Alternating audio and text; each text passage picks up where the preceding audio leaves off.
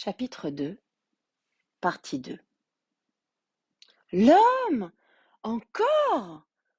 Ah non! Pas de nous raconter des histoires d'hommes. Y en a marre! On n'est plus des bébés. Parle-nous plutôt des caribous, ou des lapins des neiges, ou de la chasse au canard.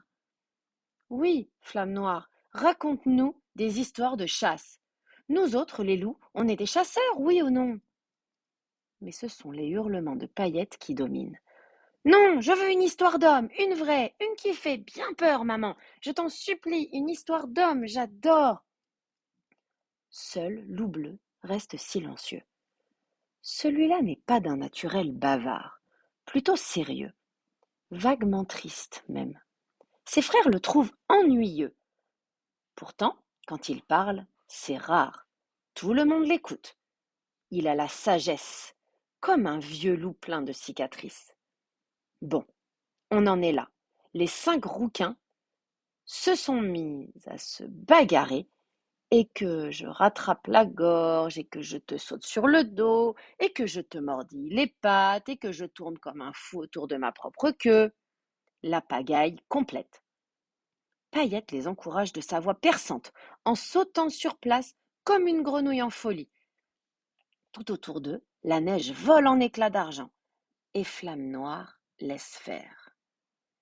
Qu'ils s'amusent, ils connaîtront bien assez tôt la vie des loups. Tout en se disant cela, elle pose son regard sur Loup Bleu, le seul de ses enfants à ne jamais s'amuser.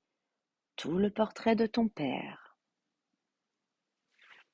Il y a de la fierté dans cette pensée et de la tristesse, car Grand Loup, le père, est mort. Trop sérieux, pense Flamme Noire, trop inquiet, trop loup. Écoutez! Loup Bleu est assis, immobile comme un rocher, ses pattes antérieures tendues et ses oreilles dressées. Écoutez! La bagarre cesse aussitôt. La neige retombe autour des louveteaux. D'abord, on n'entend rien. Les rouquins ont beau dresser leurs oreilles fourrées, il n'y a que la plainte soudaine du vent, comme un grand coup de langue glacée.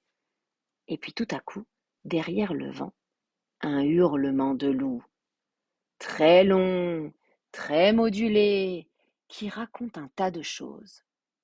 Aouh! Ses cousins gris, murmure un des rouquins. Qu'est-ce qu'il dit? Flamme Noire jette un rapide coup d'œil à Loup Bleu.